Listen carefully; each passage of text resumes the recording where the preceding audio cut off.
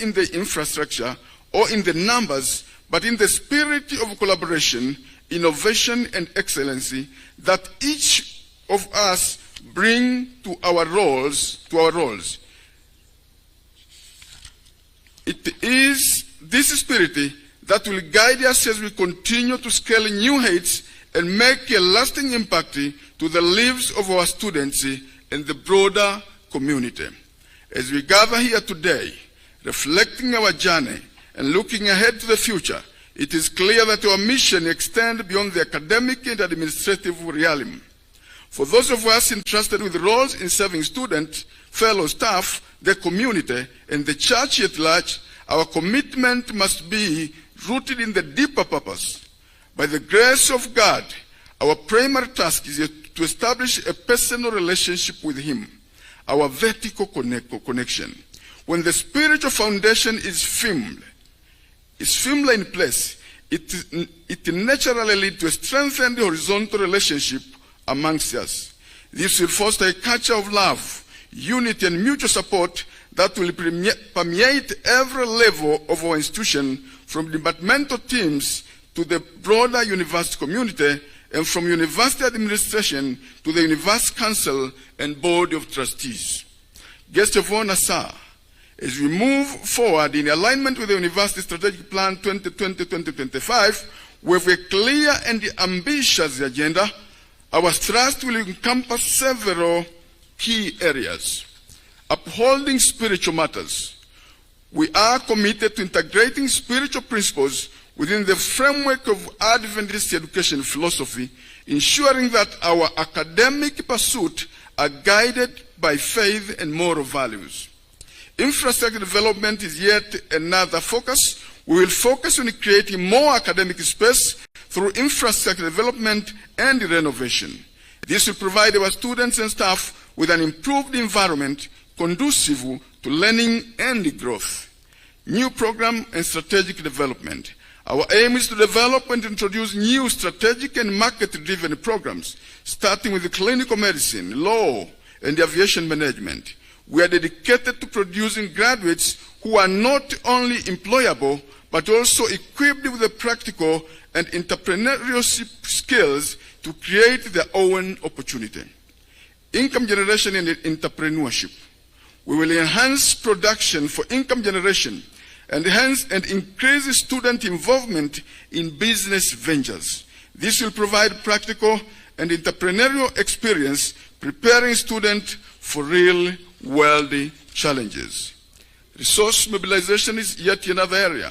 For further development and expansion, we are committed to enhancing our resource mobilization initiative to support the university growth and sustainability through fostering partnership and collaboration. Digital technology utilization. We will advance the use of digital technology to streamline online programs and university administration, ensuring that we remain at the forefront of educational innovation. Internationalization.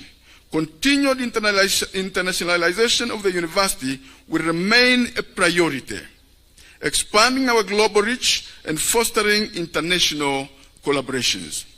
Industrial linkage. Strengthening industrial linkage to help bridge the gap between the academic theory and practical application, enhancing our relevance and impact. Research and innovation. We will increase our volume of research, publication, innovation, outreach, and public service, contributing to knowledge advancement and societal development. Quality assurance is paramount to our success. We will achieve this through strategic staff recruitment, ongoing staff development and retention, and acquisition of state-of-the-art equipment for laboratories, workshops, and farms. Under the guidance of the University Council, we will continue to build a strong and cordial relationship with our stakeholders and partners. Together, we'll drive our institution toward a future of excellence, innovation, and service. Let us move forward with unwavering faith, dedication, and shared vision for a brighter future.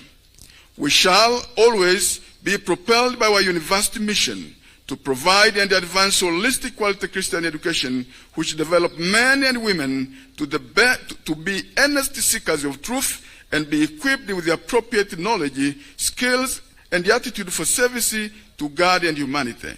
This mission is not just a statement, but a guiding principle that motivates us to continually enhance the quality of our training programs, ensuring they remain relevant to the ever-changing realities of the industry. Our university is distinguished by its diverse array of programs which are spread across our various schools.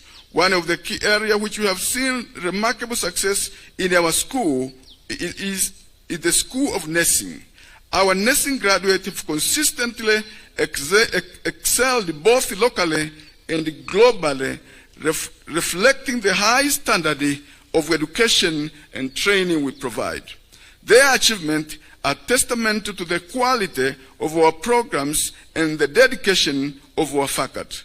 Resilience of UEAB was demonstrated during COVID-19 and its attendant challenges when face-to-face learning was implausible. We were able to leverage on technology to mount e-learning platform to continue with our program uninterrupted. We registered tremendous success in this direction, and the other major universities had to benchmark with us. The challenge was turned around as an opportunity for improvement, and e-learning has since become an integral part of our training. Your Excellency, sir, as we continue to grow and develop, we are currently faced with a growing demand for a nursing training program that far exceeds our current capacity. To address this, we urgently need support in developing the requisite infrastructure. We have an ongoing project constructing a 4-story building for the School of Nursing that will go a long way in addressing the current pressure. Out of the total cost of Kenyan shillings 222 million, the university has so far spent Kenyan shillings 100 million. We appeal to you, sir, for the support of Kenyan shillings 122 million to complete the construction.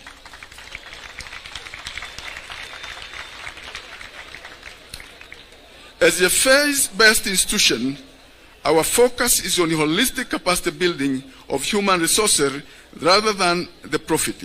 Your support in this regard would be greatly appreciated and will significantly contribute to our mission of providing exceptional education and service. In concluding, Chief Guest, Your Excellency, sir, ladies and gentlemen, allow me to extend my heartfelt congratulations to all our graduates. Your perseverance and dedication have brought you to this day of triumph, and we celebrate your remarkable achievement with immense pride. To our Chief Guest, Your Excellency, thank you again for your time. To Mr. Chancellor, sir, and all our esteemed invited guests, your presence here today has greatly honored us and enriched this ceremony. A special thank you goes to the parents and families who have supported and encouraged our graduates throughout their journey. Your unwavering belief and sacrifice have been instrumental in their success. As we move forward, let us carry the spirit of unity, faith, and excellence into every endeavor. Congratulations once again to the class of 2024, and may you all continue to shine brightly in all your future endeavor. Thank you very much.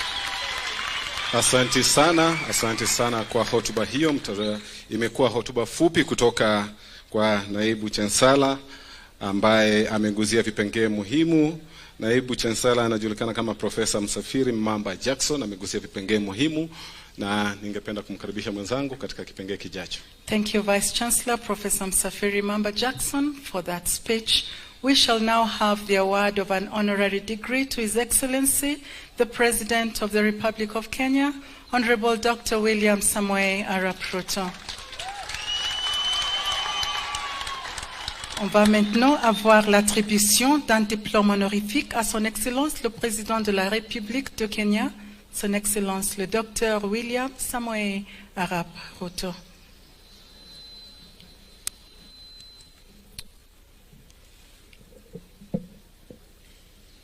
I'm privileged to read the citation for nomination of His Excellency Dr. William Samoei Ruto, PhD, for the award of honorary degree. Mr. Chancellor, sir, pursuant to Statute number 3 of the University of East Africa Baraton on conferment of honorary degrees upon a recommendation by the Senate and the approval by the Council, the University nominates His Excellency Dr. William Samoei Ruto, PhD, CGH, for the award of an honorary degree from the University of Eastern Africa Baraton. Dr. Ruto's distinguished career is marked by extraordinary achievements in leadership and an unwavering commitment to the service to humanity. His Excellency Dr. Ruto was born in Sambuti village in Kamagut, now in Wasini Gusho country, to Daniel and Sarah Cheroit. He was raised in a religious and hard-working family. Honorable Ruto attended Korotet Primary School and then Waring Secondary School before proceeding to Kapsabet High School. Eventually, he enrolled at the University of Nairobi, where he graduated with a BSc in Botany and Zoology in 1990. He later earned both an MSc, that is 2021, and PhD in 2018 in the same institution. Dr. Ruto has demonstrated unparalleled leadership throughout his extensive public service career, starting as a youth leader before serving as a member of parliament for Eldoret North constituency from 1997 to 2012. Deputy President from 2021 to 2022, when he was elected to the President of the Republic of Kenya. His resilience, courage, and energy have been the hallmark of his leadership and influence. He has served as Minister for Education, where his impact is felt to date. During his tenure, he ensured that the backlog of students waiting for over 1 year after completing secondary school education to join university was cleared. During his time, he brought about significant reforms in the higher education and ensured that the country college and universities maintained higher training standards. His tenure in the ministry was brief but impactful. While serving in the Ministry of Agriculture, he pioneered the introduction of subsidized fertilizer program that was later to be revived when he became president. Food crisis that was hitherto a stumbling block to development found a panacea in the fertilizer program. The price of maize, which is the staple food of the country, reduced by more than half as a consequence of his policy intervention. His visionary leadership has been pivotal in steering Kenya toward economic development, social progress, and political stability. Under his guidance, Kenya has witnessed a significant strides in agricultural innovation and youth empowerment. Beyond his political achievement, Dr. Ruto's dedication to service extended deeply into humanitarian efforts. He has championed numerous initiatives aimed at improving the lives of the underprivileged, advocating for sustainable development and promoting education. His passion for empowerment is small and medium enterprises saw the rolling out of Hustler Fund to enable them access affordable credit. To this end, close to 22 million people have accessed the credit and mobilized more than Kenyan shillings 3 billion in saving. His philanthropic endeavor reflects a genuine concern for societal welfare, consistently striving to uplift and empower marginalized communities. His consistency in support for church development and other faith organizations is not only outstanding, but also magnanimous.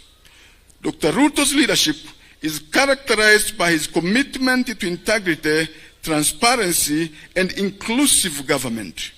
His approach to addressing national challenges has set a benchmark for effective and emphatic leadership. His impact on Kenyan society, and indeed the broader African continent, is both profound and inspiring. In recognition of his exceptional contribution to leadership and dedicated services to humanity, we are satisfied that awarding Dr. William Samoei Ruto, Doctor of Humane Letters in Leadership, honoris causa, from the University of Eastern Africa, E.A-Baraton, is fitting tribute to his legacy and an encouragement for future leaders to emulate his exemplary values and achievements. Mr. Chancellor, sir, on behalf of the University Council, it's now my privilege and honor that I now present His Excellency Dr. William Samoei Ruto for the conferment of the Doctor of Human Letters and Leadership, honoris causa, University of Eastern Africa, E.A-Baraton. Thank you very much. Asante sana, makofi jamani, tumshangilie rais. Asante sana, anatunukiwa tuzo la heshima kutoka chuo kikuu cha E.A-Baraton. And now the award of the honorary degree is going to be effected by the President of East Central Africa Division, Dr. Blesius Ruguri, who is also the Chancellor of the University of Eastern Africa, E.A-Baraton.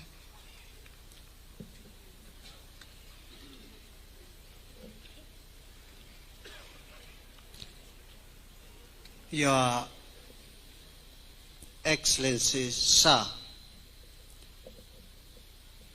by virtue of the powers conferred upon me by the University Council, pursuant to the authority, the charter given by the government of the Republic of Kenya, to the University of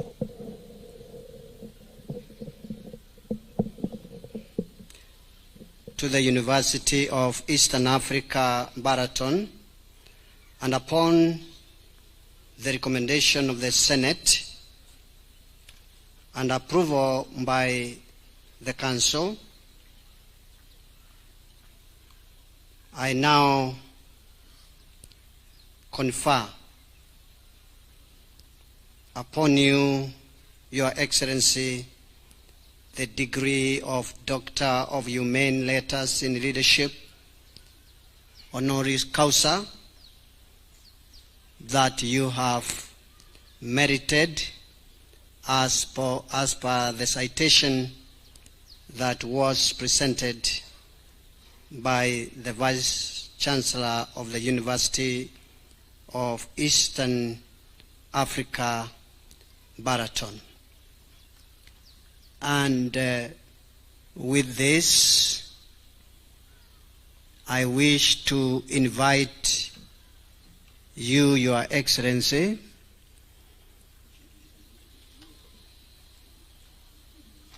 to come forward to receive this important recognition, the degree of the Humane Letters in Leadership, honoris causa, that you have merited. Thank you very much. I am happy I did not need to invite our appropriate leaders to come forward with His Excellency. I am very humbled myself. I couldn't be able to hand this all by myself. And thank you for this escort. And so the president gets dressed up as he receives his honorary degree award. And we salute you, Mr. President, sir. We congratulate you on this new award. Asante sana. Tunakupa kongole Mheshimiwa Rais, na naomba wale wote ambao tunaungana pamoja nanyi katika ukumbi huu atakapokabidhiwa ama tunukiwa tuzo hilo la shahada ya heshima tuweze kumshangilia rais kwa makofi, vifijo na nderemo tafadhali. Tuweze kumshangilia kwa makofi, vifijo na nderemo.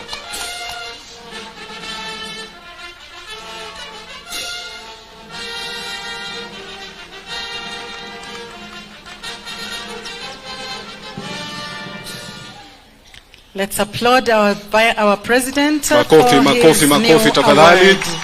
Makofi kabisa. Tuweze kumshangilia rais.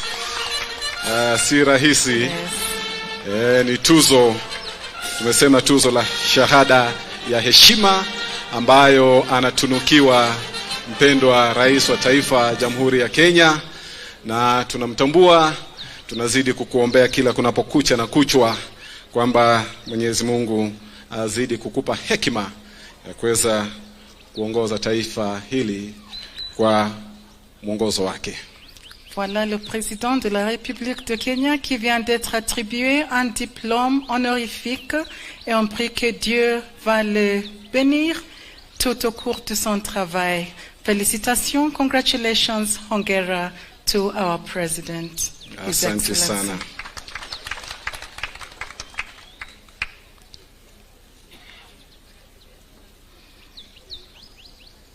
Ambaye anashuhudia shughuli hii nzima si mwingine bali ni kiongozi wa kanisa la Waadventista wa Sabato Afrika Mashariki na Kati, mchungaji Blesius Ruguri, ambaye anaungana na viongozi wengine wa taasisi hii kuweza kumtunuku rais wa taifa na Jamhuri ya Kenya Daktari William Samoei Ruto. Overseeing this process is the president of East Central Africa Division, also the chancellor of the University of Eastern Africa, Baraton, Dr. Blesius Ruguri. He is now keeping the president, His Excellency William Samoei Arap Ruto. Let's applaud for this. Makofi. Mbona hatuwasikii jamani?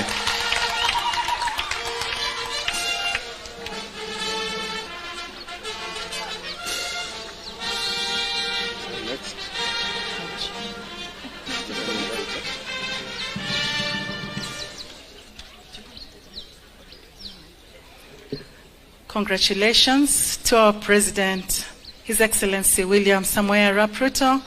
They do a small photo session, and we have a new degree holder in the name of Dr. William Samoei Arap Ruto, the President of the Republic of Kenya. Asante. Kwa sababu ya kumbukumbu, wanapiga picha pale ili nyaraka hizi ziweze kwenda katika vitabu vya kumbukumbu.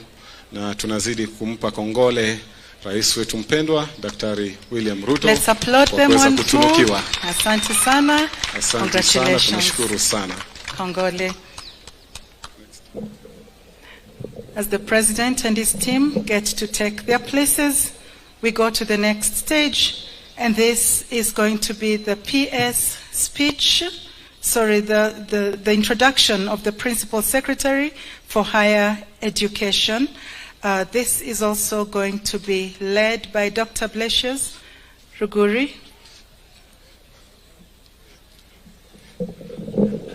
Kidogo tu tunamkaribisha Mheshimiwa Rais aweze kutuongoza katika hatua inayofuata. So we shall have the President's speech.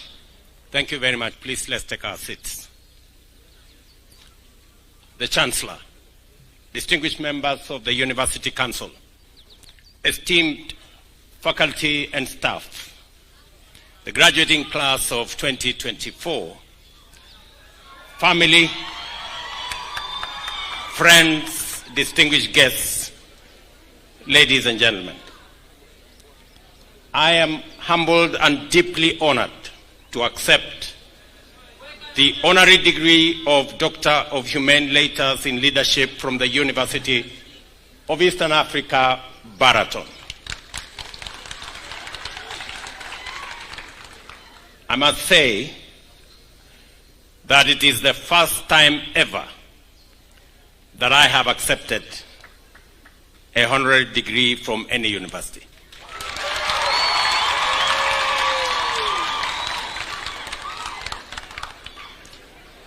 And I have reasons why I did accept this one, among the many that have been suggested to me.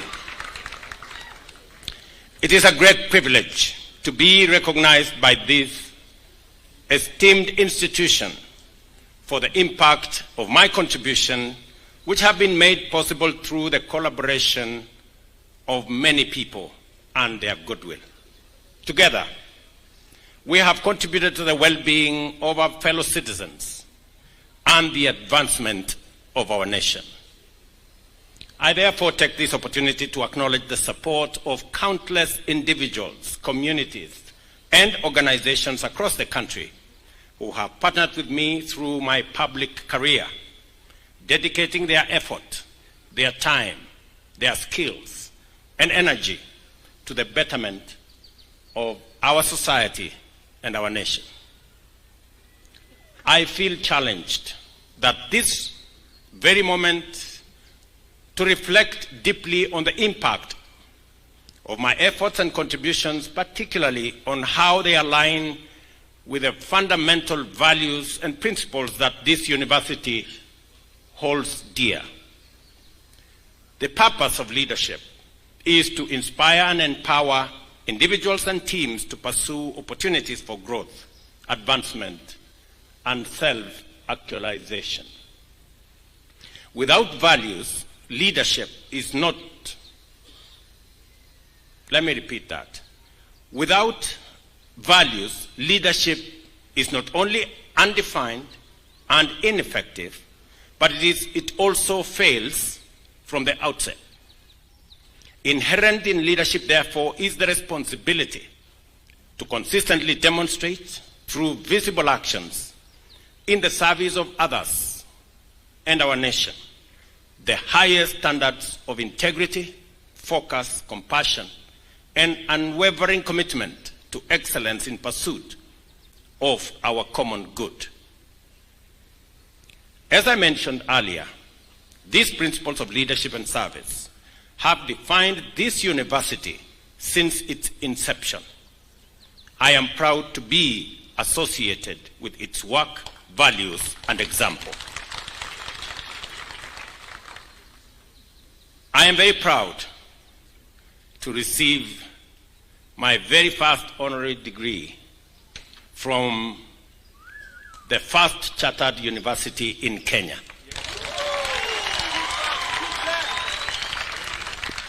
With immense gratitude and humility, I accept this recognition and the honor of the Doctor of Humane Letters in Leadership from the University of Eastern Africa, Baraton. It is a privilege to join the university's distinguished convocation alongside the graduating class of 2024. This degree will serve as a constant reminder of my responsibility to contribute fully in the advancement of knowledge, to drive positive change, and to help create a future for Kenya where leadership is synonymous with integrity and excellence in service. I believe that these are the indispensable qualities of servant leadership, which is exactly what our nation needs at this moment in our journey of transformation. I am persuaded that the values, the Christian values, the godly values that Baraton stands for and its exemplary leadership and integrity are values that are aligned with what I believe in as a person. And I am very proud that this moment there is a convergence in what I believe in and what this great institution believes in. Thank you very much.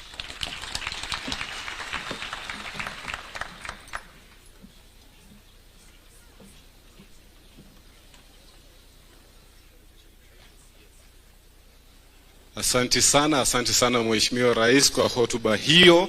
Amegusia vipengee muhimu. Naomba kwamba tuweze kumpa makofi, shangwe na vigelegele tafadhali. Let's applaud the President of the Republic for his sana. speech. Thank you very much, Mr. President, sir. We now are transitioning over, as they take their seats, to get the the CS for education to come and give their speech. Welcome. The CS will in turn invite His Excellency the President. Welcome, Mr. CS.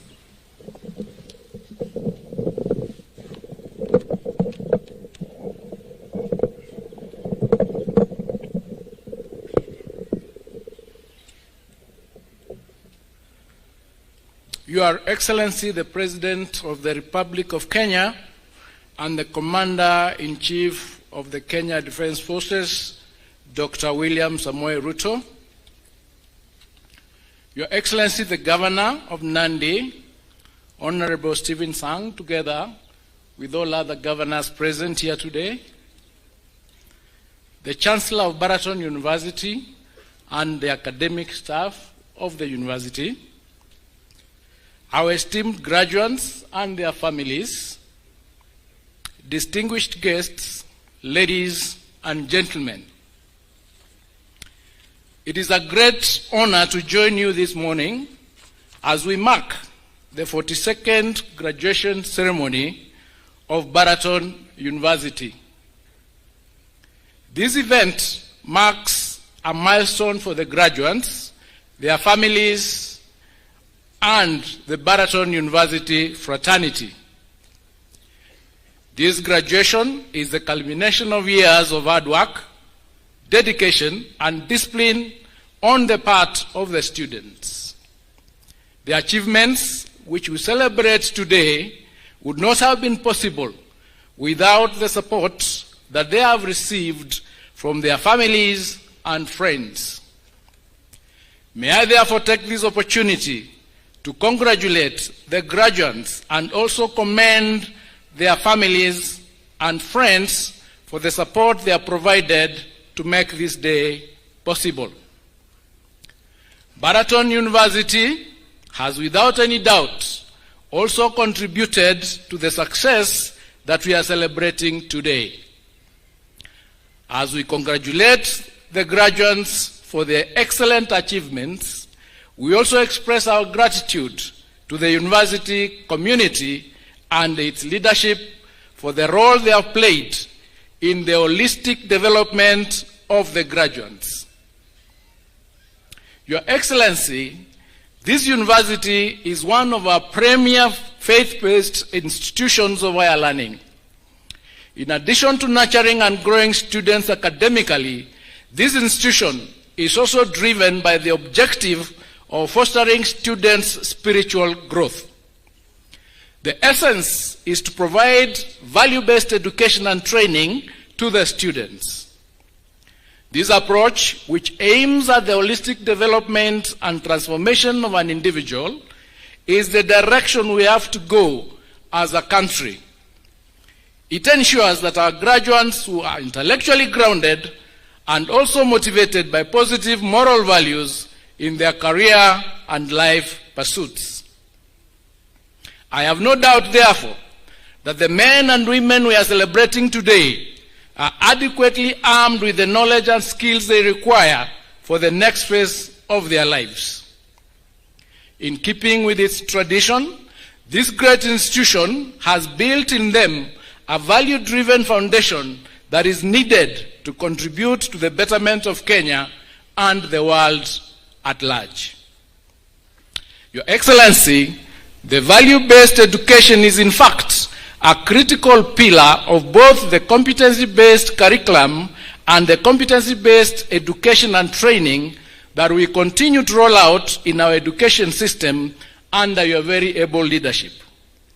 I am confident that once the new curriculum runs full cycle across all the levels of education, our education system will cement its place in the world as one of the best.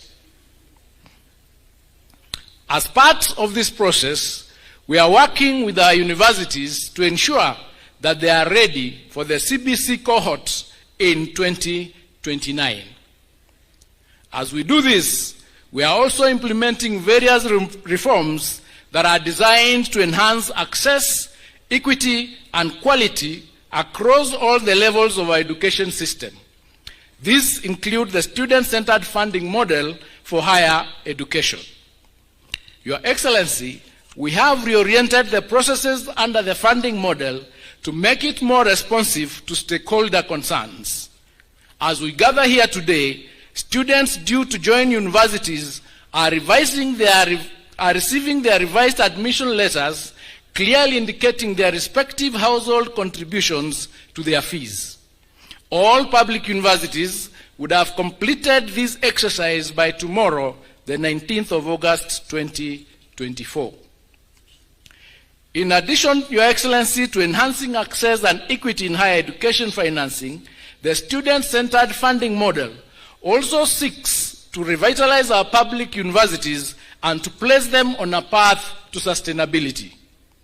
What our universities must do, however, is also to take deliberate measures to assure their own relevance and sustainability going into the future.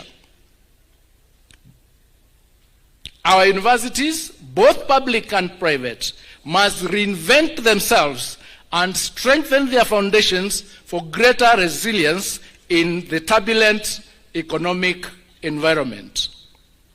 We urge each of our universities to create a competitive edge for itself. Universities need to develop relevant niche areas that will make them unique, competitive, and attractive. This is the gateway to profitable local and international partnerships. It is also the key to commercialization of research and innovation, and to ensuring that universities play their role in solving the challenges that society faces. On our part as a ministry, and with the visionary guidance of Your Excellency, we are engineering the legal and policy frameworks to create an environment that enables universities to thrive. In conclusion, Your Excellency, it is now my singular honor and privilege to invite you to deliver your commencement address, and congratulations for obtaining the honorary degree today. God bless you. God bless Kenya. Thank you.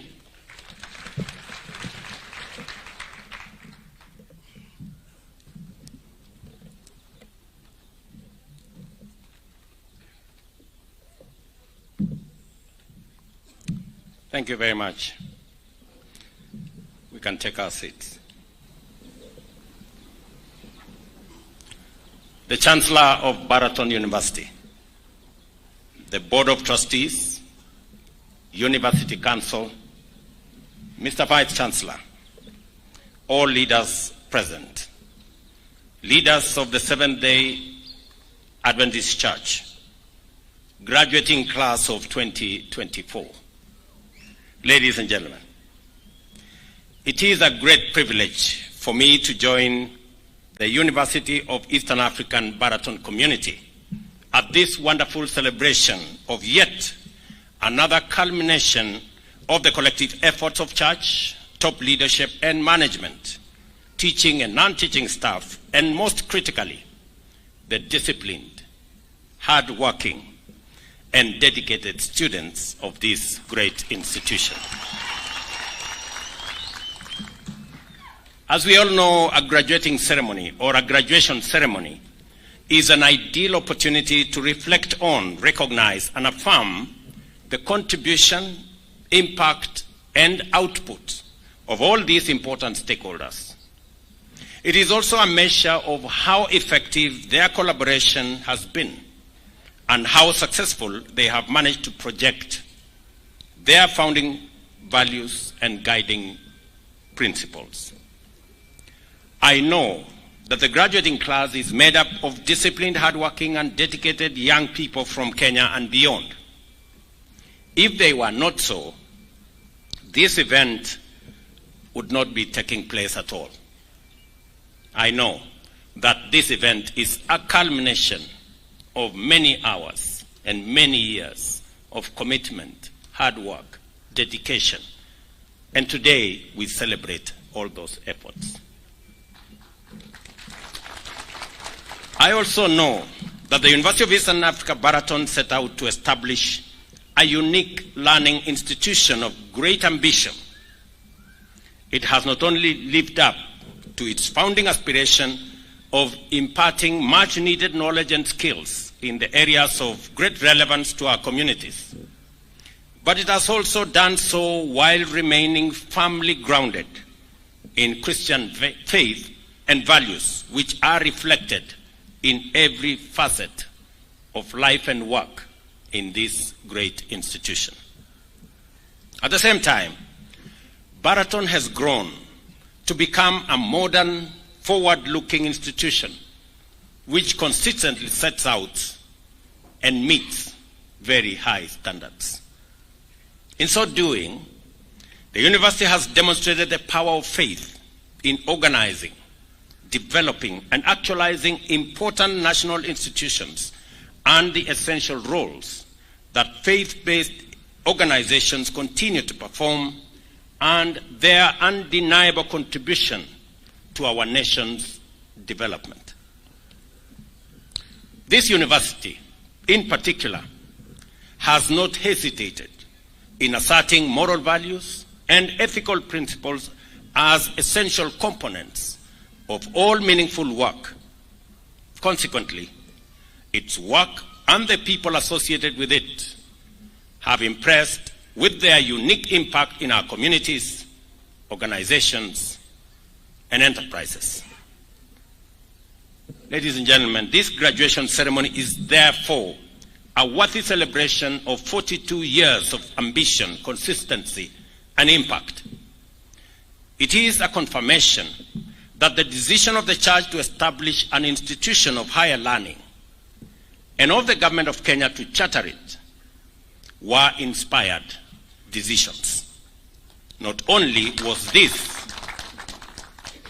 as I said earlier, not only was this the first faith-based university to receive a charter, but it was also the first institution to offer nursing at the degree level in our region, and also the first to offer medical laboratory science as a degree course. And that is why I am very proud to be associated with E.A-Baraton University. The reason why our universal healthcare agenda has taken off is that the legacy of this university enabled Kenya to establish a robust pool of human capital in our healthcare ecosystem. This university was also among the foremost in promoting ICT as a fundamental infrastructure for competitiveness and efficiency. Not only has it led the way in training innovative and enterprising ICT professionals, but learning in this institution was also not disrupted by COVID-19 pandemic because it had the capacity to transition seamlessly online, even holding a virtual graduation ceremony. Similarly, this university reaffirmed its commitment to generate research and impact knowledge and skills that are in great demand in the local community. In 1978, it set out on land where the Ministry of Agriculture had been running the Animal Husbandry Institute. It not only took over the property, but has also been operating an exemplary dairy farm, which continues to provide the local community with knowledge and skills in animal husbandry and dairy management. After 46 years of ambition, consistency, and commitment to impact service, it is now evident that the University of Eastern African Baraton is a formidable institution which delivers without fail. It is time to translate nearly half a century of excellent achievement into a radical vision for the future based on intentional endeavor to contribute to Kenya's national transformation and to change the world positively through faith-based education and leadership. I dare say it is time to align firmly with a collective desire of Kenyans for rapid positive change, develop and deliver innovative solutions, and provide leadership for the future grounded on excellence, efficiency, integrity, and compassion. The world today is confronted with multiple complex and dynamic threats and challenges, a number of which pose existential implications for humanity and all life on Earth. Climate change and the threat of pandemics are the foremost of these risks. On another level, food and nutrition security, threats ranging from biotechnology to cybersecurity, will continue to loom large over us. The world today has vast opportunity and unprecedented potential for success, not only for individuals, but also for communities, organizations, and nations. Globalization has escalated the scale of transformative possibilities to levels that were not imaginable only 2 decades ago.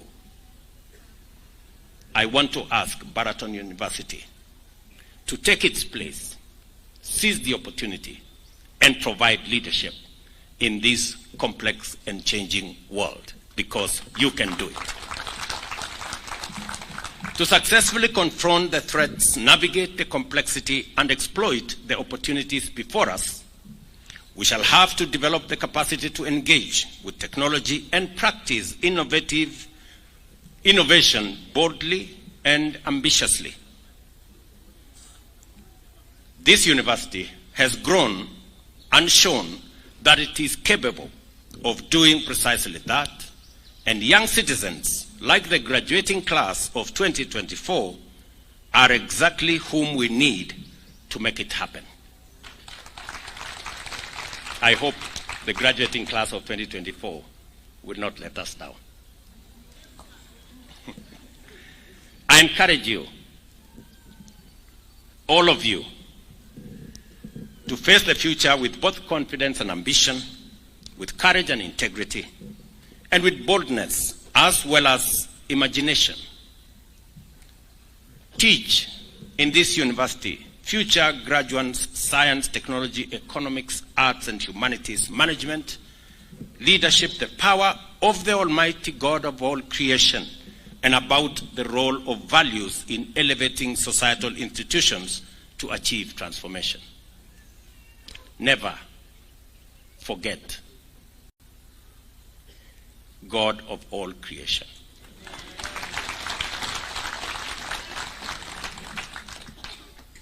And as I said earlier in my acceptance speech, I am very proud that today I join a convocation of wonderful men and women who have graduated from this great institution. I am told there are 15,000 of them. I am very happy. I'm saying those who have graduated so far, not the ones who are here.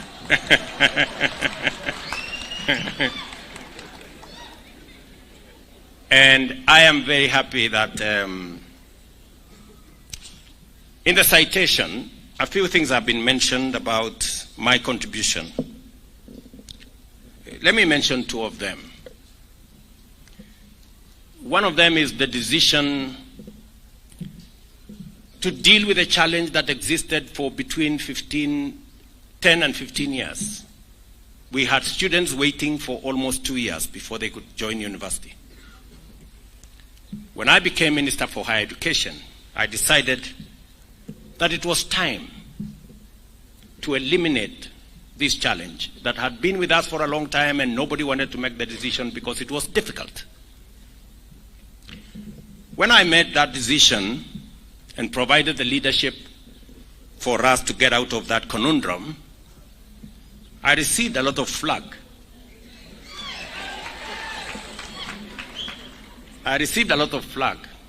But because it was the right decision, we implemented it.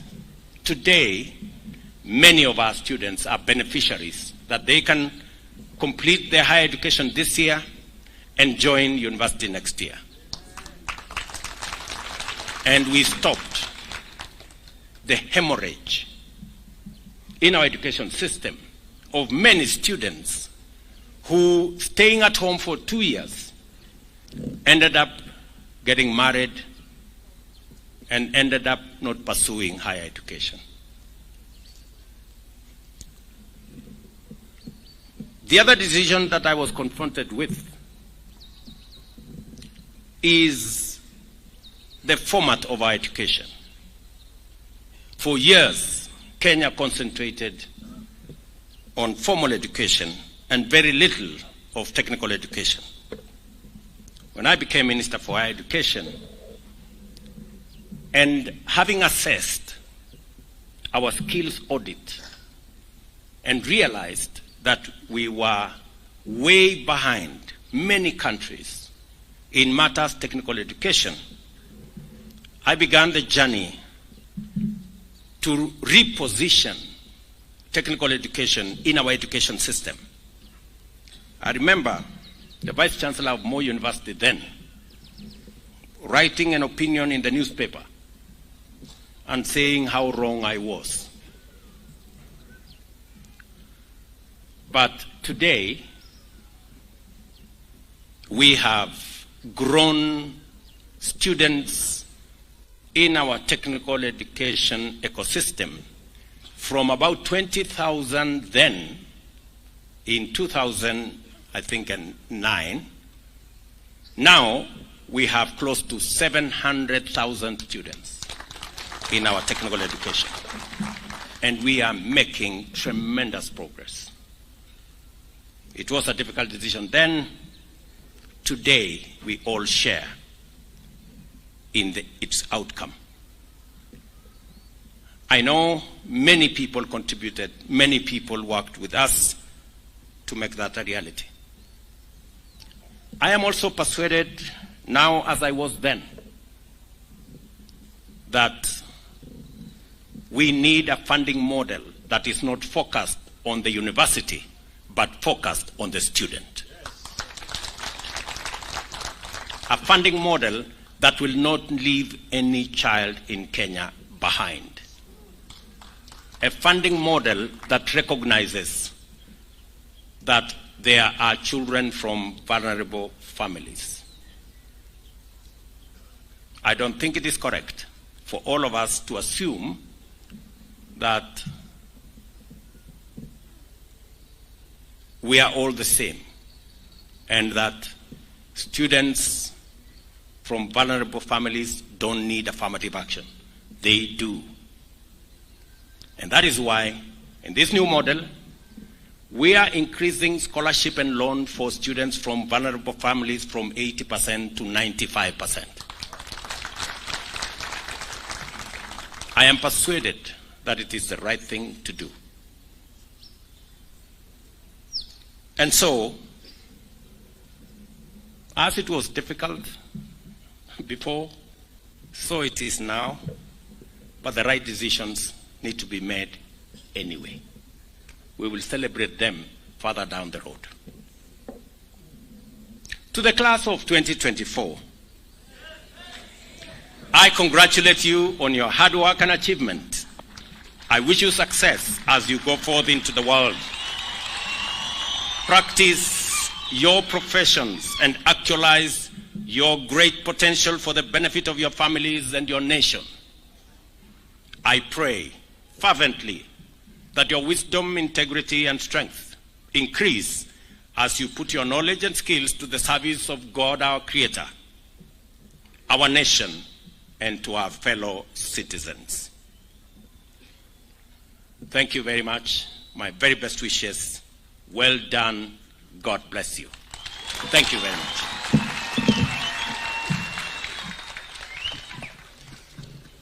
Asanti sana Mheshimiwa Rais kwa hotuba hiyo na maamuzi yako ya busara. Kuna vipengee muhimu ambao umegusia pale. Karibuni, mnaweza keti tafadhali. Tunashukuru sana kwa sasa Mheshimiwa Rais kwa hisani yako. Naomba kwamba utukubalie tuweze kuwakaribisha wana University of Eastern African Baraton Choral waweze kutupa wimbo mmoja utakao mkaribisha Daktari Paul Wahonya ambaye atatuletea wahitimu wanaotunukiwa siku hii ya leo.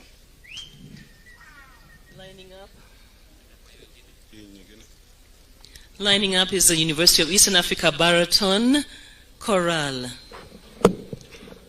Your Excellency, Dr. William Ruto, the Chancellor of the University of Eastern Africa Baraton, the Vice Chancellor, and all other dignitaries in attendance.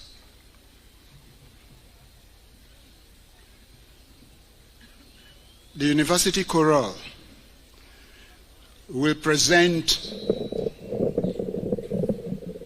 a Luo spiritual entitled Sigala Gala. Sigala Gala, it's a song about how God has given us life and how happy we are. It is a miracle that we are alive today to see this day. God has kept all our students through their respective studies. God has kept our students this far. And so today is a day of rejoicing. Today is a day of jubilee. And so we're going to give thanks to God. In this song, you will hear all kinds of sounds. And we are going to sing and be happy.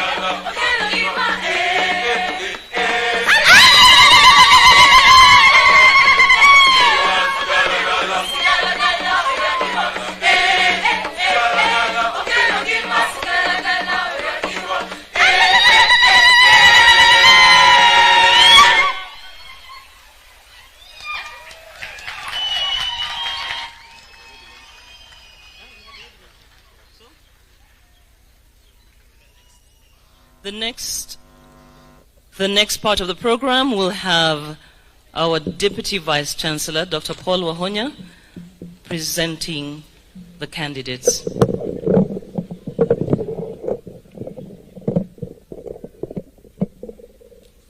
Thank you. His Excellency, Honorable Dr. William Samuel Ruto,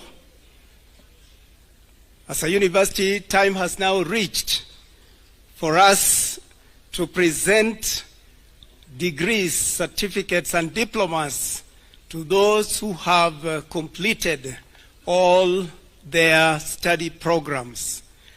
And so at this time, Mr. Vice Chancellor, sir, it is my great honor and privilege to present to you the total of 1,267 candidates who have been taught, examined, and satisfactorily completed all the requirements prescribed in their academic bulletins and now ready for graduation. Mr. Vice Chancellor, sir, the composition of 2024 graduating class by schools is as follows. School of Business, 197 candidates. School of Education, Humanities and Social Sciences, 639 candidates. School of Nursing and Health Sciences, 279 candidates. School of Science and Technology, 136 candidates. And now, School of Graduate Studies, we have 16 candidates who have attained master's and PhD programs.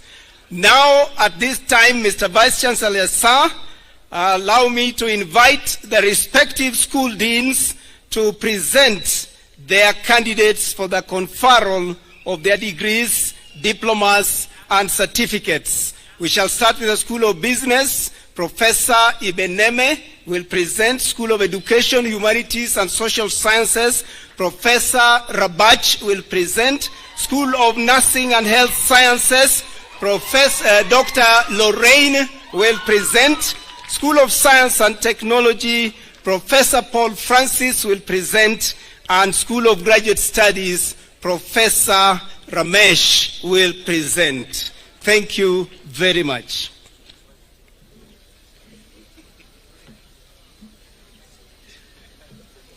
Let me just give some instructions on how we are going to do this. Because of the interest of time, we will ask as you are called, you stand where you are, and then when it is all done with the school, then the Chancellor will come to give the award, confer those degrees. Thank you so much.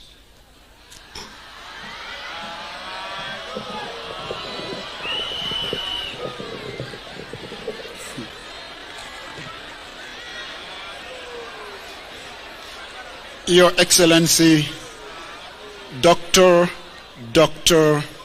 William S. Ruto, the Chancellor, Dr. Pastor Ruguri,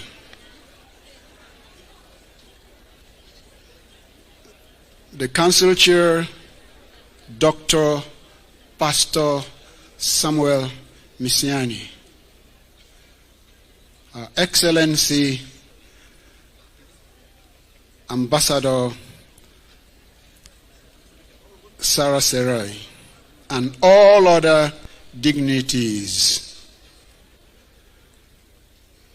Mr. Vice Chancellor, sir, it gives me great honor and privilege to present to you the total of 197 candidates from the School of Business who have been taught, examined, and satisfactorily completed all the requirements prescribed in their academic bulletins.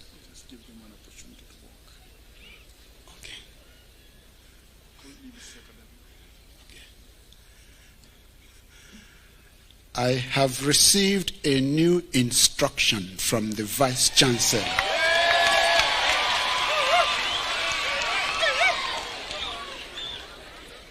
As your name is pronounced, you are expected to walk.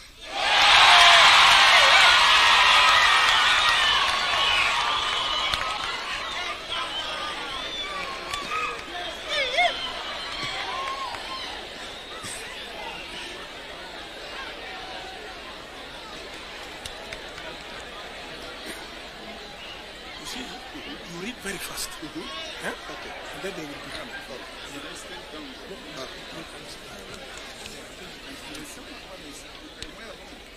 All right, listen carefully. And I think so many decisions has been made there since we have the highest position in the country that is right here. This commendable recommendation has been made. So students, you walk very fast when your name has been called. Now, Bachelor of Business Administration in Accounting. We have one first class honors, Valerie Abuk Jepchichir. Second class honors, upper division, Austin Do Odoyo. Chanai Samson Nyakundi. Chebet Esther, Hilary Wanga, Injete Sarah, Isaac Kipsang Kosgei, Isaac Kipsang Kosgei, Jepkori Jacqueline, Kenya Gechemba Frida, Lorraine Warimu Wangi, Mina Johnson Muniri, Masterbit Gloria Ochieng, Mayega Nyangweso Obed, Miriam Chelangat, Mohonja Michelle, Murel Michelle, Murima Margaret Wanjiru, Ndema Dorati Cheruto, Ndilovu Lisa, Nyatich Ondieki Diana, Obworo Naftal Mayaka, Oyun Johnson Okulo, Otunga Immaculate Atieno, Ronix Odiambo. Second class honors, lower division, Angela Nyagarisa Osiemo, Ashiono Barbara Christine, Chebus Cheptoek Emelda, Eliana Nyawira Muriuki, Elijah Brian Motuka, Jepkos Gay Sylvia, Koriese Cynthia Chepkite, Masika Lawson Malala, Mbugwa Sherry Wambui, Mercy Wanyu Wasilwa, Musongoy Kemuna Dolphin, Munyoki V. Kuli, Muyonga Victor Ndamwe, Masungia Brighton Manga, Ngore Gitar Peter, Njage David Gitu, Odipo Rose Adiambo, Ouma Atieno Jane Joyce, Philip Elizabeth Mutini, Salomi Chintuniro Kuyenga, Warimu Beatrice Wanja, Wasonga A. George Ochieng.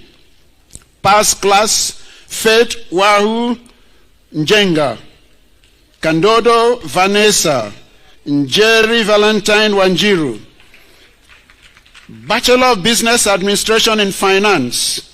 Second class honors, upper division, Agnes Nasimu, Alfred Moni Opio, Doris Awino Ochieng, Kamal Florence Misere, Kit Kiplangat, Peter Emmanuel Kipkoech, Kiprono Abraham, Kiprotich Amos, Kurugat Kipsang Benson, Mboya Sharma Timothy, Momanyi Nyanduko Glanis, Musoba Juma Benedict, Mugira Gapothi Fet, Mula Fabian Ken, Munyao Sharis Muni, Nyabuto Esther Kerubo, Nyakundi Kemunto Sheila, Nyaruviro Nashe, Ochieng Brian Otieno, Okenga Diana, Christine Mokeira,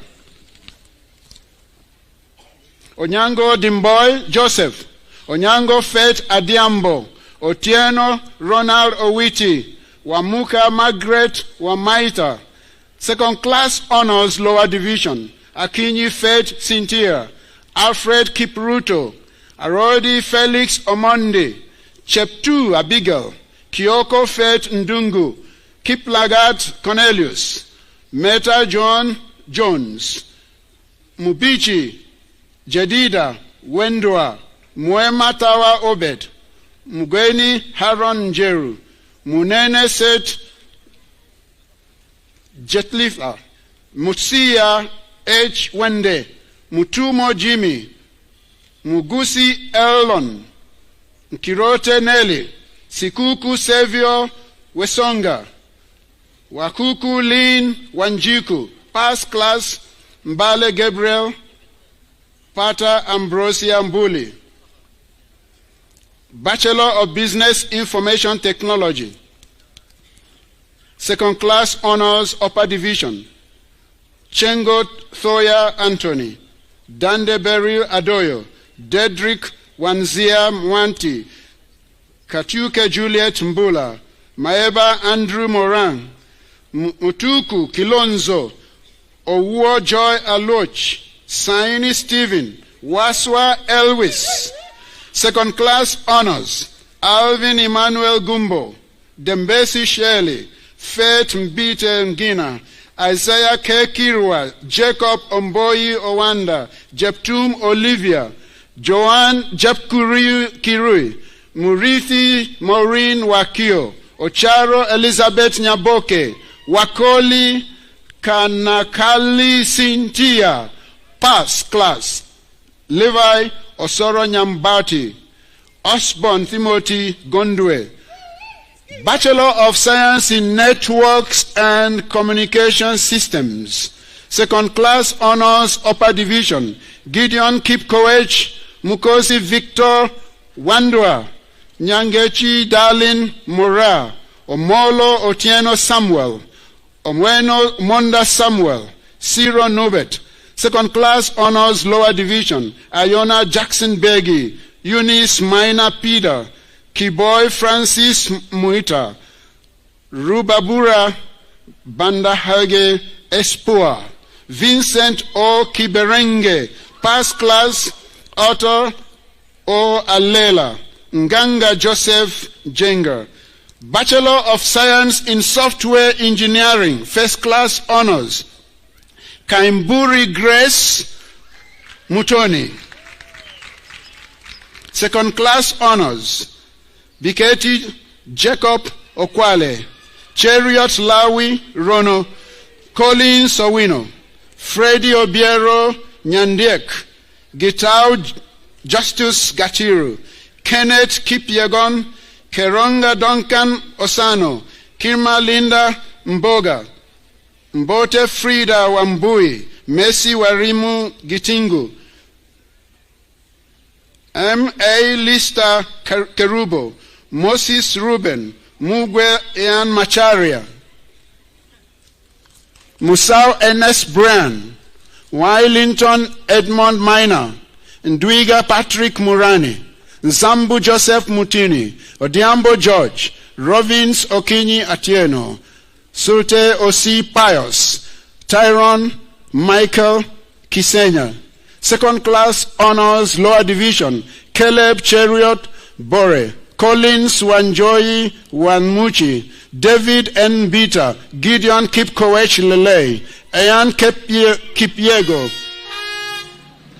Kinyata Edwin Nzo, Kirwa Linus, Mauti Clara Mora, Wangi Peter Muriuki, Mwita Brian Luanga, Obunde Oscar Billy, Okundongo Francis, Rubansi Joshua Nyatera, Samuel Tuku Kamweru, Suma Miriam Zame, Past Class Ginono Baraka Moroa,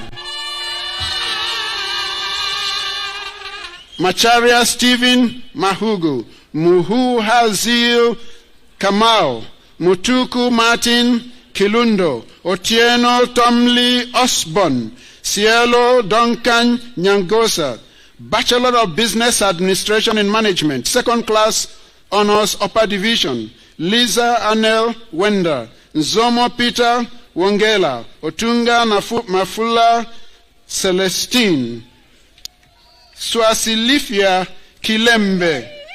Second class honors lower division, Jepnetich Mercy, Kipkeo Patricia Jebi Watt. Pass class Joanne Mbise, Kadar Nala John. Bachelor of Business Administration in Marketing, second class honors, Charo Kelvin Harry, Chepngeno Brenda, Donald Otieno Olo, Juma Robert Onjoro, Odienyi Orin Ochieng, second class honors, Obilo Eric Odumbe, Sylvia Shiundi Odongo, Diploma in Business Administration, Caleb Papa Ochorokodi, Cherotich Nicole Demi, Kuloba Rebecca Nanyama, Zipora Murugi Gitao, pass class Edward Zule, Mokaya Derek Monari, Otieno Franklin Otieno, Diploma in Information Systems and Computing, credit Bur Alek Chirop, Romnex Ochieng, Zuma Maxwell Ngeti, pass class Jebet Messi Tirop,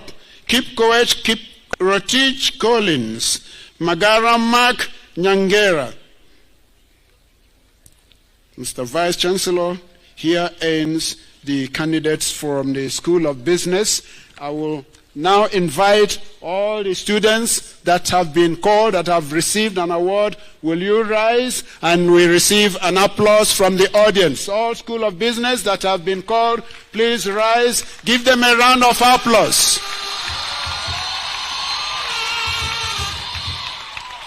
You may be seated.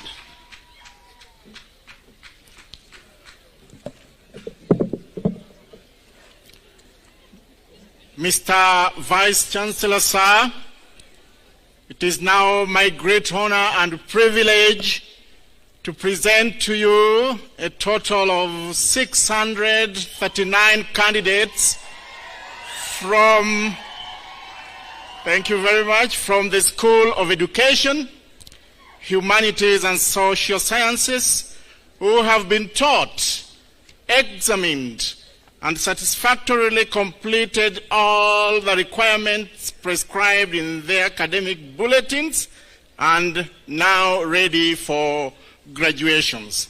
May I request the students, when your name is called, please come up front very fast in the interest of time. The first category is Postgraduate Diploma in Education, one candidate, Keter Fred.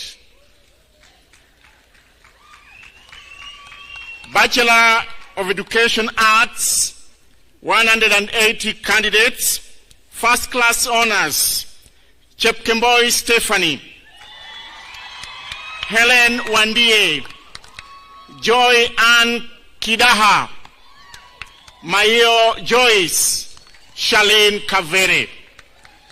Second class honors, Upper Division, Abigail Cherono, Agutu Lois, Akoth Irene, Alex Kipkorir, Alice Karani, Andeso Susan, Angatia Joachim, Atieno Grace Yvonne, Auko Marble, Azenath Kwamboka, Bagwasi Kennedy, Beatrice Biwot, Bichage Masanya, Bill Philip, Bosibori Lister, Brenda Akinyi, Busienei Faith, Busienei Jelimo, Charo Christopher, Chemeli Gladys, Chepchirchir Abigail, Chepngeno Masi, Chepto Sheila, Cherono Naum, Cherotich Sharon, Cheruyot Kipto, Cheruto Vivian, Cheruto Hilda, Claudia Chepchumba, Daisy Jebet, Dorcas Jerotich, Ekari Regina, Elsiba Kosgei, Elkana Kigunzu, Elias Njoki, Evelyn Kemunto, Faith Nyakirario, George Valentine, Grace Jepkemboi, Ichari Austin, Ikasi Brenda, Isabella Bevin, Jebet Aska, Jebet Nila, Jebichi Charity, Jemutai Jael, Jepchirchir Faith, Jepchumba Amy, Jepkemboy Vivian, Jepkemei Joan, Jepkerui Scovia, Joyce, Jepkemoy, Judith, Jepkorir, Kamau Ruth, Kaunda Gisege, Kebaso Sheila, Kelvin Kipchumba, Kemboi Jemisto, Kerubo Nelly, Kiage Janet, Kipkoech Peter, Kipkoech Timon, Kipkosgei Emmanuel, Kipto Elvis, Kipyegon Denista, Kirop Jelimo, Kitonga Faith, Korir Enoch, Kwoba Amoiti, Laivuli Faith, Linda Chepkoech, Lorena Adhiambo, Lorena Tieno, Lydia Chepkerui, Marube Nyamokami, Masai Abigail, Mbugwa George, Masi Jebet, Masi Chepkorir, Moga, Nyang Anyi Debra, Moracha Onenga, Mose Mora, Moseti Hillary, Mugo Florence, Mugo Morris, Mulei Gloria, Mulongo Kea, Murithi Tony, Musioki Rose, Nancy Cheyech, Naomi Cherop, Naomi Chepkirui, Ngova Sifa, Nick Brenda, Nyamboga Mora, Nyambane Ogero, Nyanchoka Rachons, Zuki Alex, Ochieng Evans, Odero Shakira, Odipo Nerea, Ogutu Debra, Okech Otega, Ongechi Rose, Ongeri Helen, Ongubo Bitutu, Ouma Morris, Owur Wycliffe, Rotich Alex, Ruth Mo Sierra, Samali Patrick, Sheila Jebet, Sikolia Nafula, Susan Nyangoge, Telewa Patience, Timothy Kiprop, Wafula Simiu, Wamalwa Nafula, Wanjiku Margaret, Wachabe Nelima Naomi, Wegesa Nora, Wekesa Siocha, Winnie Wekesa, and Tunguta Vincent. Second class honors, lower division, Achieng Emily, Achieng Lenar, Alfred Moreri, Amos Kipkoech, Arisi Vena, Chepkemoy Valentin, Cheriot Chepchirchir, Cheruto Even, Isaiah Chebet, Jelimo Shailin, Kibet Aaron, Kibet Ezekiel, Kimutai Hesbon, Kimutai Kibet, Kiplagat Mesha Keino, Kipto Caleb Ngetich, Kipyegon Gideon, Kirwa, Kipkoech, Kisa, Boniface, La Le Kaken Sharon, Lina Atieno, Manoa Kipkosgei, Marion Cheruto, Mevalin Jemtai, Marwa Elizabeth Mbaka, Kevin, Mboya Arnold, Mercy Chepkoech, Mudhoni Gladys, Natembea Joan, Njeri Tabitha, Njogu Anthony, Okune Ama Ngunyi, Ombuki Nyamoita, Omondi William, Ondieki Amos, Oribu Binsari, Orua Lavin, Soita Kisa, Swanya Maragia. Pass. Ipeni Mike, Kipchirchir Josephat, Kiplagat Filden, Maio Levi, Mwanza Mbaya, Nyangeresi Osebe, Obuya Eric, Omare Felista, Onyango Edna. Bachelor of Education Science, 231 candidates. 231 candidates. First class honors, Ongera Thomas Ogwara. Second class honors, upper division, Aaron Kerosi Afanda Minayo. Akinyi Annalisa Akoth Velma, Alan Kipngetich, Amos Kipchirchir, Amos Nyambane, Andago Bilha, Andika Silvanus, Anyango Caroline, Auma Sheila, Ayoti Winnie, Ayuka Mokaya, Bera Birian, Brian, Bet Cheplangat, Ginga Sharon, Bill Guy, Brian Kipchumba Kipto, Brian Orenge, Bruno Karani, Chebet Masi, Chebet Vikoti, Chelegat Masi, Chemtai Lydia, Chepkemoi Deborah, Chepkemoi Gertrude, Chepkorir Brenda, Chepto Mercy, Cherono Mercy, Cherotich Sharon, Clement Rotich, Cleophas To, Cynthia Jacqueline, Deborah Cherono, Diana Chepkoech, Dorcas Chepkorir, Dorcas Cherono, Edmond Kiprop, Faith Biegon, Festus Kiplagat, Geoffrey Kiprop, Goma Japheth, Jamen Ntaya, Lizzie, Jabet Valentine, Jepchirchir Ruth, Jepkemei Lina, Jeptekei Lynette,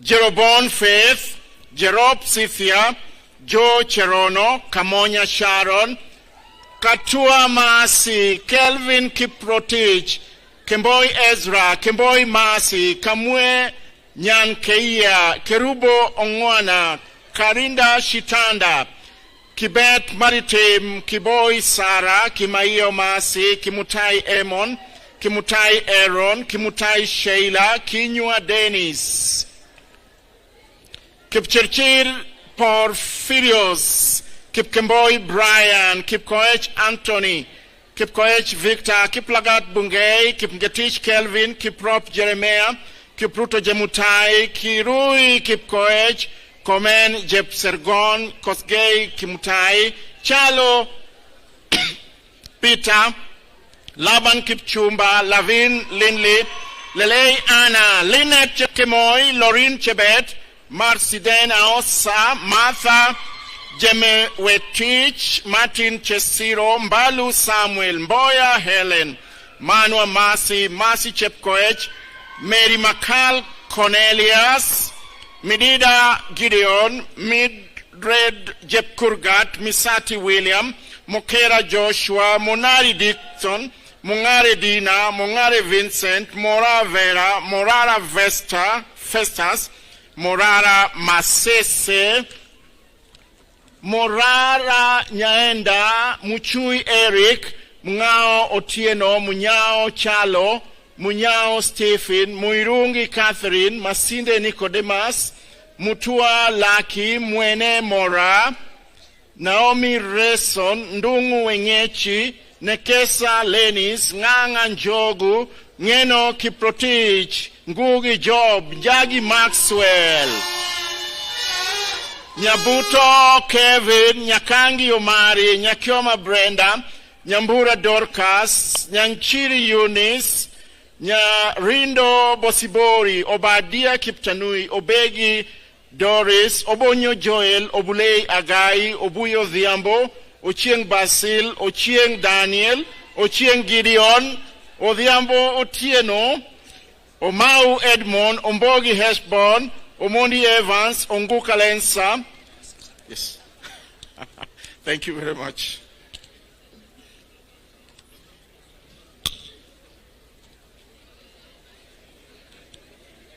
Thank you very much.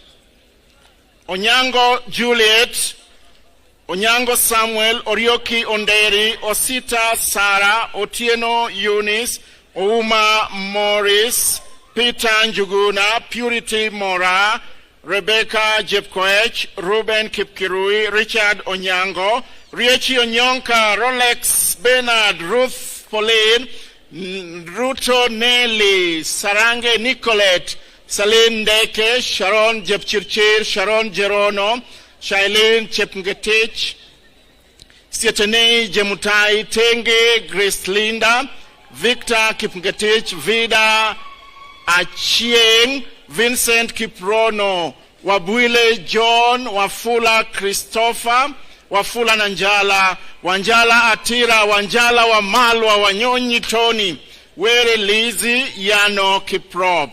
Second class honors, lower division, Omondi Florence, Caleb Kibet, Charity Chepkoe, Chelegat Maureen, Chelokoi Kibet, Chepkemoi Judith, Chepkonga Chebon, Chepngetich Sharon, Sharon Sheldon, Cheriot Gideon, Cheriot Mercy, Ching Adu Olive, Colin Kaemba, Deborah Gaichi Umia, Epi Enipono Joyce, Ephistus Lokipet, Hannah Mwango, Ian Omolo, Jepkerui Millicent, Jepgetich Lena, Jerry Kipgetich, Juma Austin, Kaburi Anathani Kipkaptum Barinda, Kazungu Caroline, Kemboi Kimtai, Kemboi Demetrius, Kut Chebor, Kipsang Alex, Makori Dina, Malot Andrew, Maitia Justin, Marvin Akinyi,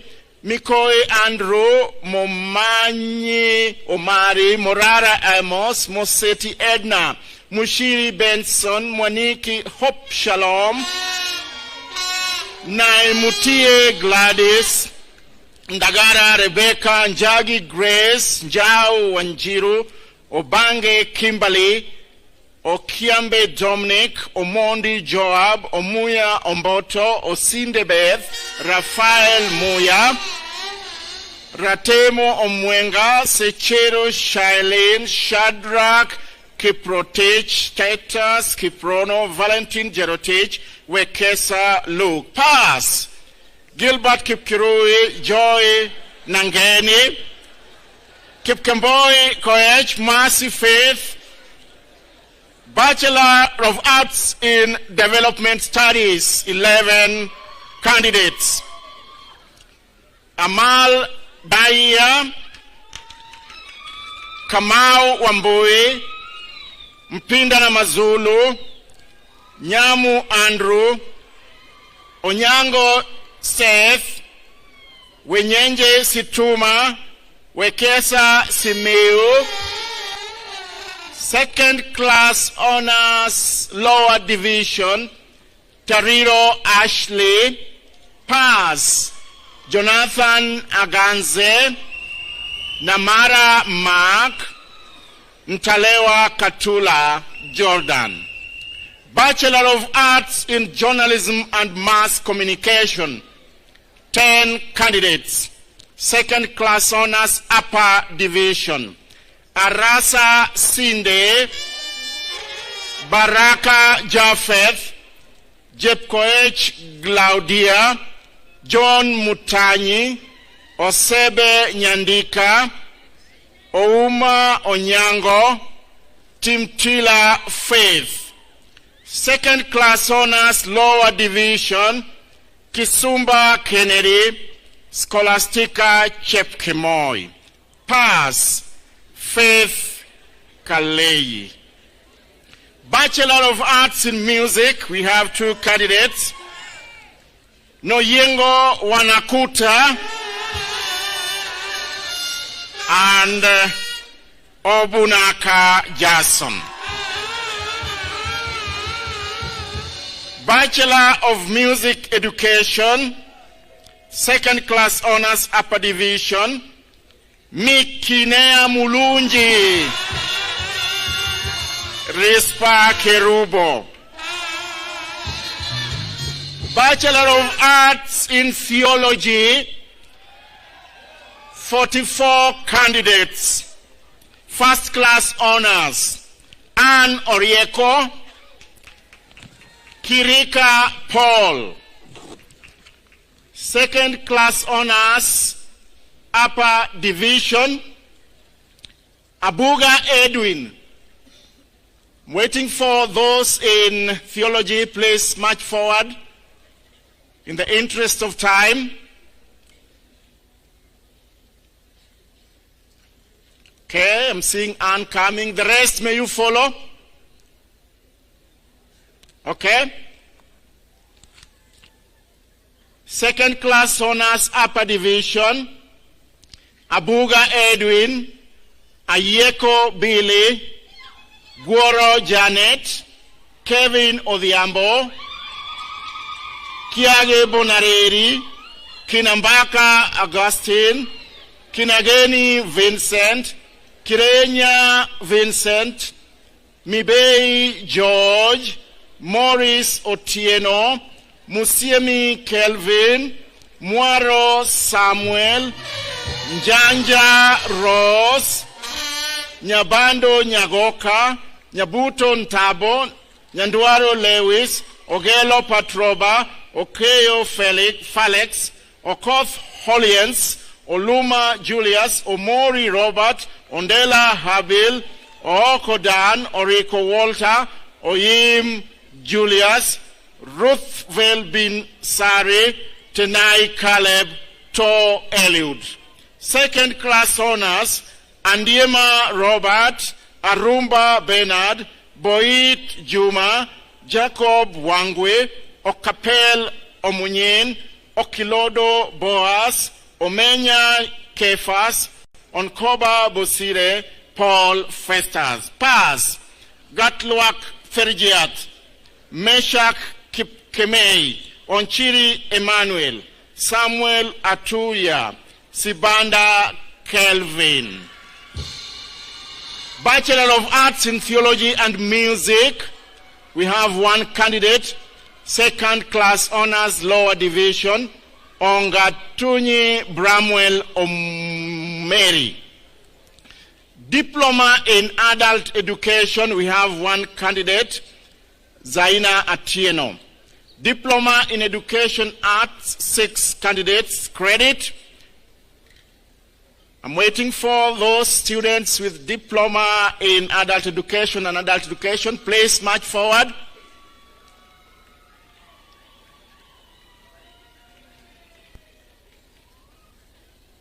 Diploma in adult education and diploma in education arts, 6 candidates. Okay, we'll go through the list. Cheruto Ann Chelulei, Kinywa Rebecca Kambura, Kipkemboi Eli, Kiprotech Emmanuel, Mjape Caroline, Owoko Ochome. Thank you very much. Diploma in community development, 20 candidates. Please move forward very fast.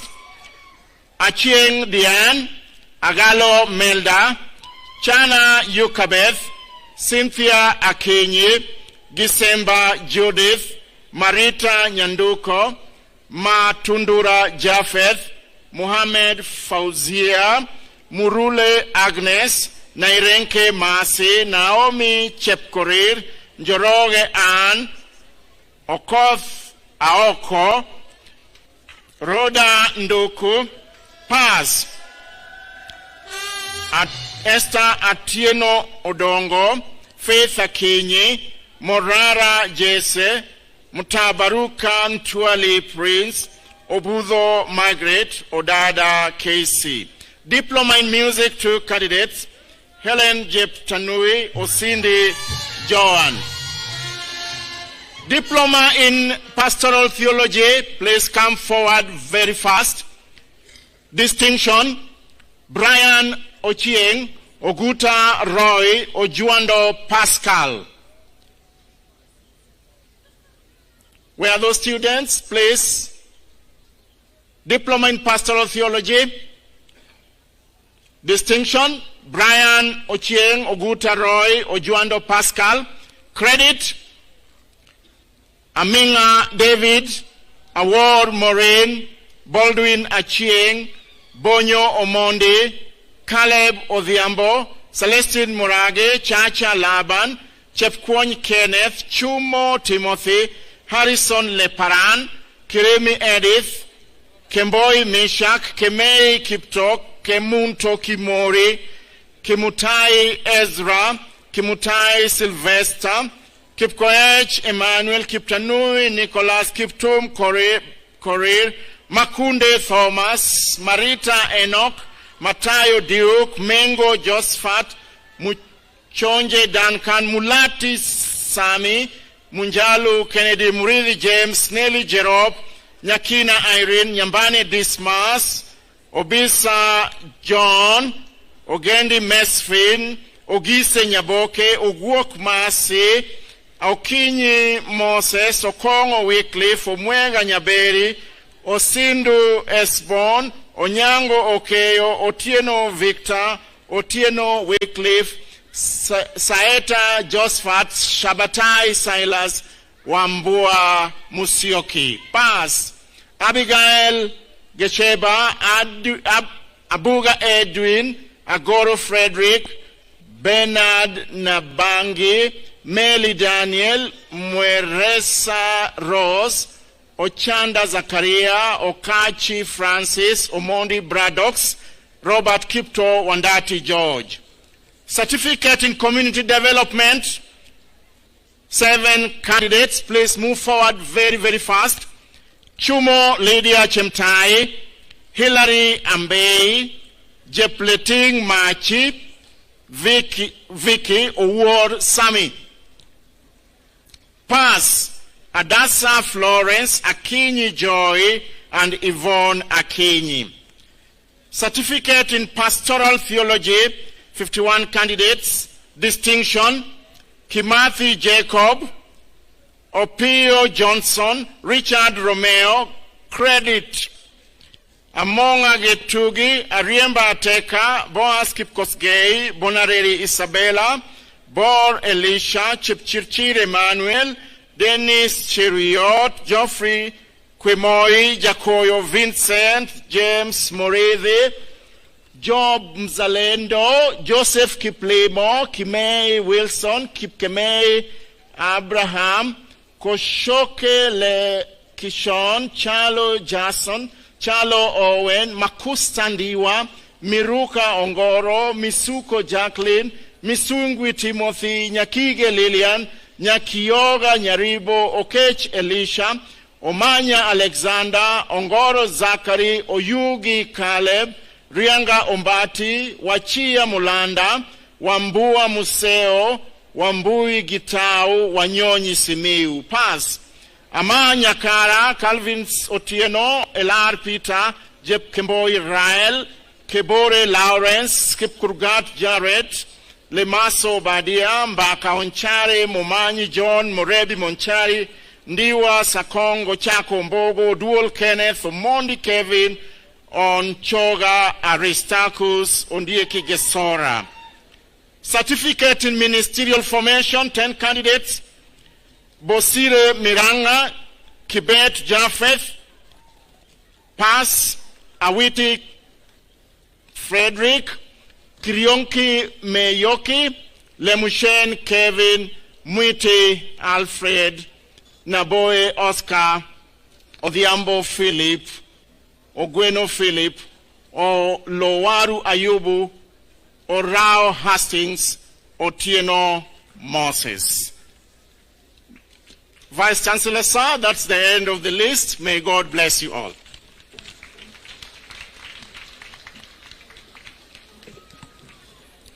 Mr. Vice Chancellor, sir, it is my great honor and privilege to present to you the total of 279 candidates from the School of Nursing and Health Sciences who have been taught, examined, and satisfactorily completed all the requirements prescribed in their academic bulletins and now ready for graduation. Bachelor of Science in Food, Nutrition, and Dietetics, 7 candidates. First class honor, Onami Judith Moragua. Second class honors, Upper Division, Ana Forogo Mark Iga, Kiplagat Sally Jibet, Moragit Jennifer Lisa, Rachami Elvis Patrick. Second class honor, Lower Division, Atieno B. Linda, Kiyang C. Mercy. Bachelor of Science in Social Work.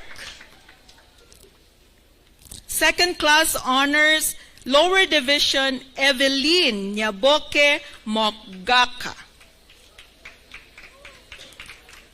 Bachelor of Science in Fashion Design and Textile Technology, we have 2 candidates. First class honor, Aluch Evans Ngesa. Second class honor, Upper Division, Jacqueline Ocharo Kerubo. Bachelor of Science in Medical Laboratory Sciences, 62 candidates. First class honor, Courier Felix Kimotay. Second class honors, Upper Division, Apondi Len Nyangokngo. Bettina Atieno, Cheklagat Morlive, Chepchumba Jemima Tarno, Cherup Elizabeth, Cherotich Abigail, Chiroyot Collins, Daniel Onwoyo Nyagaka, Jebetuk Orsila, Jelagat Enith, Jelagat Joyce,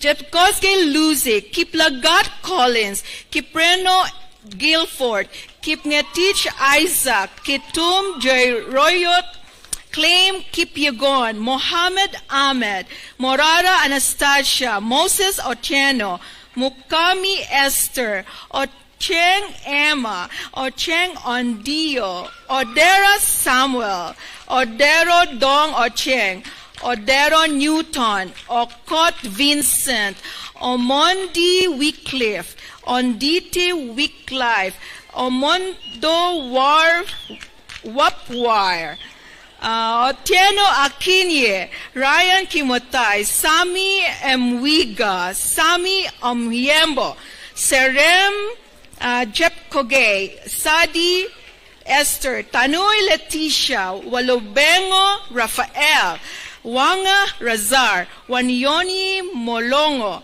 Waini Devin.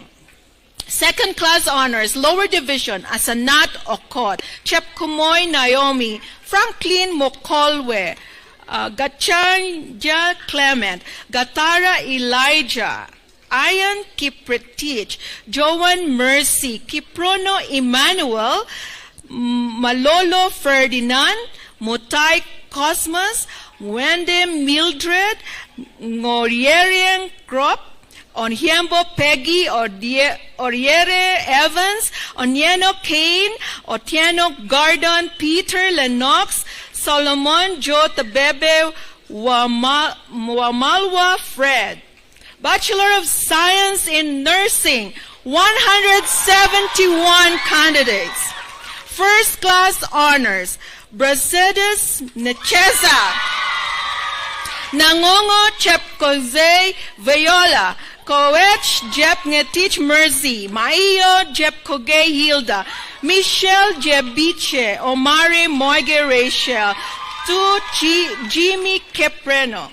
Second class honors, Amatin Wambura, Ambrose King Ori, and Sabani Sharon, Atera Wanari Mary Aukor Eugene, Barkoyat Kemotai, Billy Otieno, Bornface Nyeweya, Branson Cueva, Karen Cheptu, Chibet Angela, Chibet Loreen, Chepkomei Deborah, Chepkowech Valerie, Chepkowei Ruth, Chepkwon Jelegat, Chepngetich Sophie, Cheptu Sharon, Cheprono Agnes, Cherop Kiprotich, Cherop Molly, Cherop Prudence, Cherotich Bonkosili, Cherotich Mercy, Cherotich Veronica, Cherotich Cheroyot Alan, Cheroyot Kipkorir, Cheroto Edith,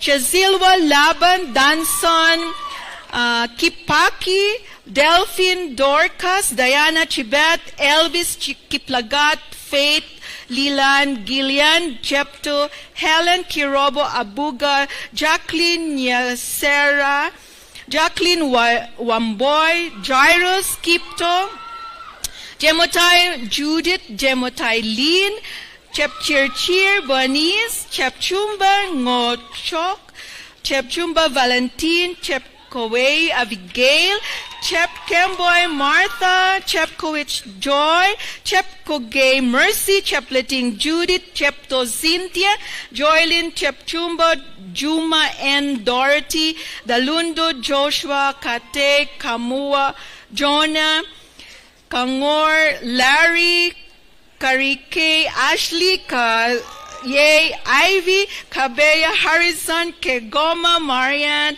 Kennedy, Magdalene, Kayanga, Eda, Kibet, Chepchirchir, Kibet,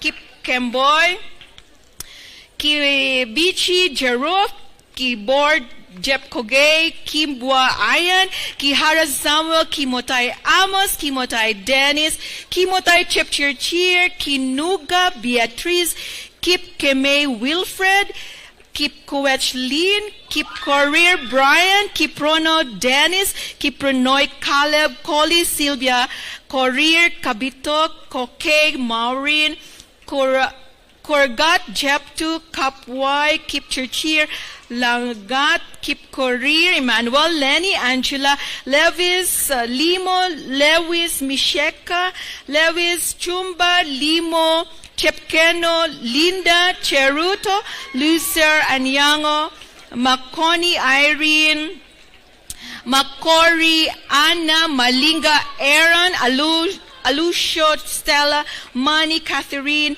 Maniage, Christine, Maureen, Chepchirchir, Melly, Amos, Morara, Christine, Moagi, Mary, Momboa, Junia, Moniaga, Joseph, Moriagi, Joel, Mawunga, Nekesa, Mawagi, Irene, Nyoki, Mawanga, Luzi, Nyawaya, Mawebi, Ivan, Nafuna, Ruth, Nawalma, Elmina, Naom, Kamboka, Nganu, Tibet, Niki, Keprono, Courier, Enjeti, Valence, Nyabutu, Enoch, Nyakaga, Nehemiah, Nyarungo, Abuya, Brian, Nyataya, Beatrice, Nyangesa, Eldlin, Nyaro Purity, on Yambo Aching, on Yambo Elicit, Adore Beverly, Adore Yvonne, Agoda Ann, Oyono Eunice, Agod Aching, Omayo Amos, Amonge Esperance, Omolo Maria Mozzarella, Omoni Edel, Omwega Humphrey, Odiaki Immaculate, Odiake Purity, Odiako Dan Matthew, Oyade, Roch Kaweda Lydia, Otieno Dalter, Oko Jeff, Oko Mandera, Ooma Silas, Tu Onesimus, Robert Kipko Gay, Robert Morowa, Rob Kip Tonoy, Roslyn Chepkiroy, Rotich Kiprono, Scott James, Shelley Rahema, Simoyo James, Simon Etiang, Siano Loseno, Shumaila, Jacob, Tarus,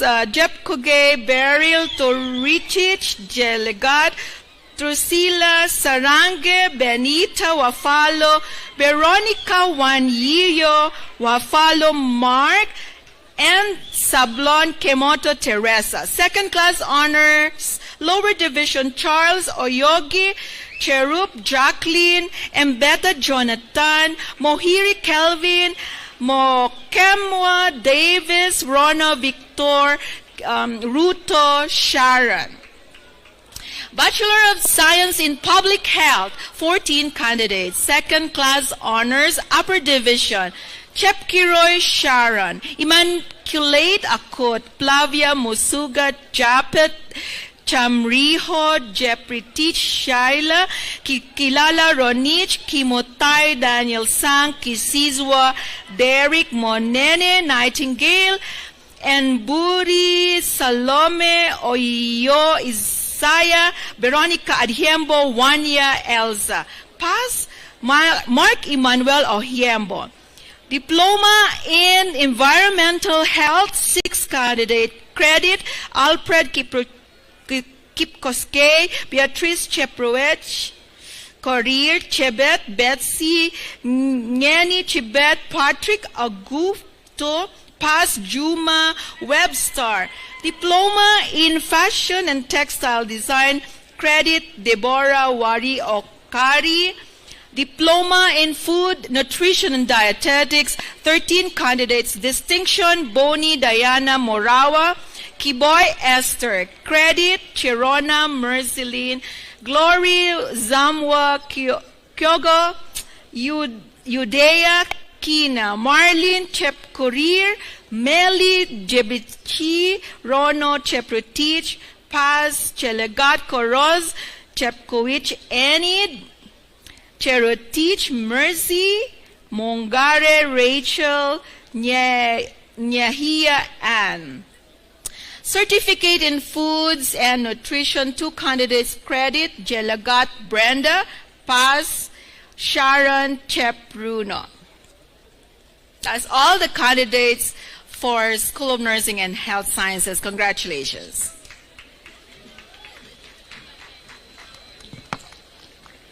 School of Science and Technology graduates, please kindly rise up. Please come forward. Mr. Vice Chancellor, sir, it is a great honor and privilege to present to you the total of 136 candidates from the School of Science and Technology who have been taught, examined, and satisfactorily completed all the requirements prescribed in their academic bulletins, are now ready for graduation.